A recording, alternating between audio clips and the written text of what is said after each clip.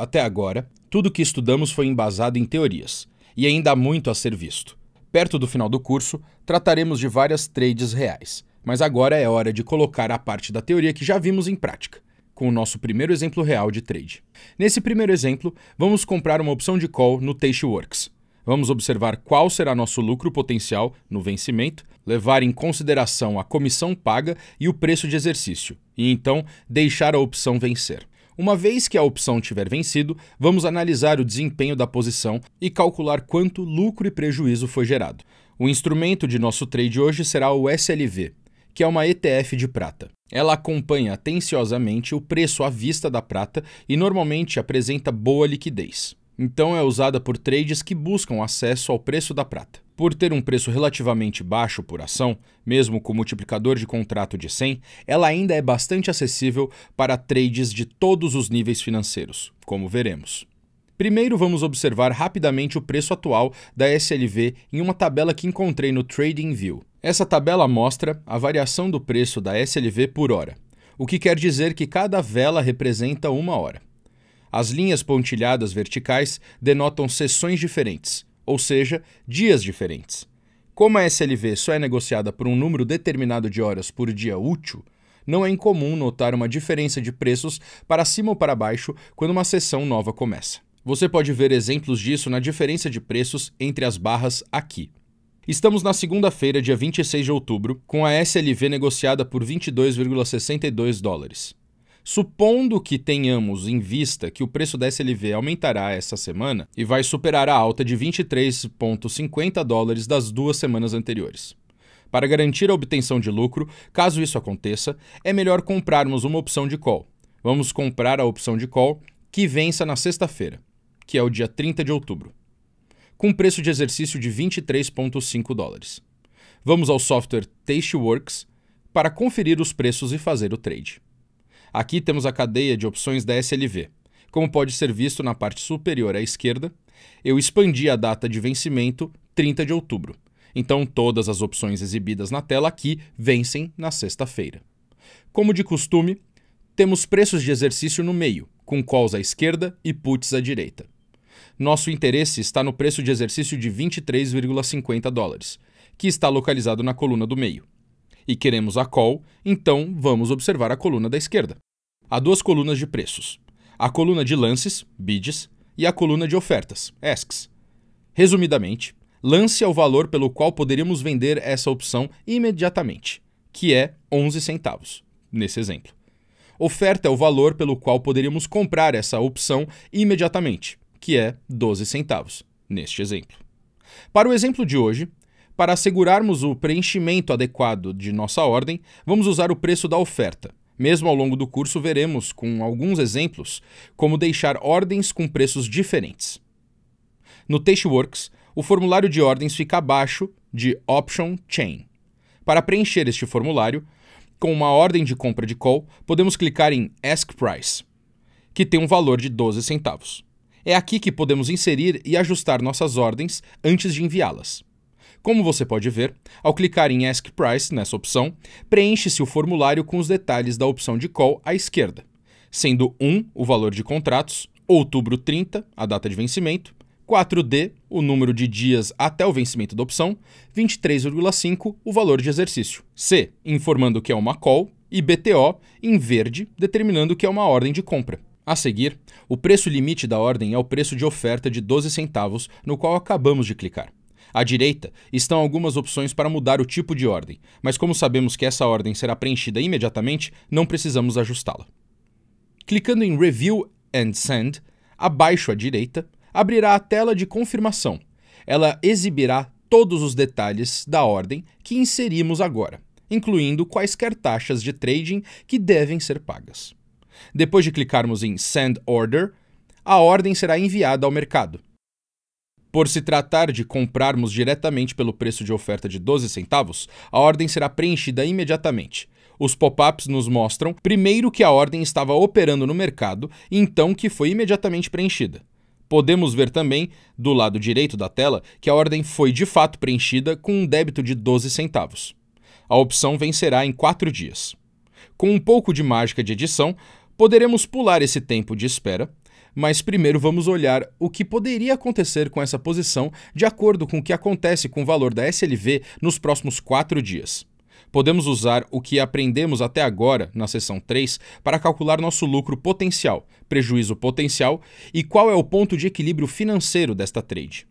Então, depois que virmos o que poderia acontecer, podemos seguir adiante e compararmos com o que de fato aconteceu. Devemos nos lembrar dos parâmetros da opção que temos para este posicionamento. O ativo subjacente são ações da SLV. O tipo da opção é call. A data de vencimento é 30 de outubro de 2020. O preço de exercício é 23,50 dólares. O preço ou comissão da opção é 12 centavos de dólar por ação. Nos exemplos teóricos que vimos até agora, ignoramos as taxas para garantir que o tópico estudado seja transmitido da forma mais simples e clara possível. No entanto, por se tratar de um exemplo do mundo real, vamos incluir as taxas em nossos cálculos. O total de taxas e comissão da nossa ordem foi de 1,14 centavos de dólar. Como o multiplicador de contrato da SLV é 100, cada contrato de opção apresenta 100 ações da SLV. Compramos um contrato, representando 100 ações. Então, essa taxa total de 1,14 dólar equivale à taxa por ação de 0,0114 dólar, ou pouco mais de 1 centavo. Saber esse valor por ação será útil para alguns de nossos cálculos, porque poderemos apenas somá-lo à comissão paga por ação para obter o custo total por ação. Dados os parâmetros que acabamos de ver, esta é a tabela de lucros e prejuízos no vencimento da posição dessa opção. Para qualquer preço da SLV abaixo do preço de exercício de 23,50 dólares, obteremos o máximo possível de prejuízo. O máximo do prejuízo é limitado à comissão que pagamos mais as taxas. Pagamos uma comissão de 12 centavos de dólar por ação e taxa de 0,0114 dólar por ação. Assim, obtemos o custo total de 0,1314 dólar por ação. Como o multiplicador do contrato é 100 e compramos um contrato, isso equivale a um prejuízo máximo total de 13,14 dólares. E de fato, essa quantia foi exibida como custo total quando fizemos a ordem no Tastyworks. Se a SLV estiver com qualquer preço acima do nosso preço de exercício de 23,50 dólares no vencimento, poderemos calcular nosso lucro ou prejuízo usando a fórmula da lição 3.3. Preço no vencimento menos preço de exercício menos comissão paga vezes multiplicador de contrato vezes número de contratos.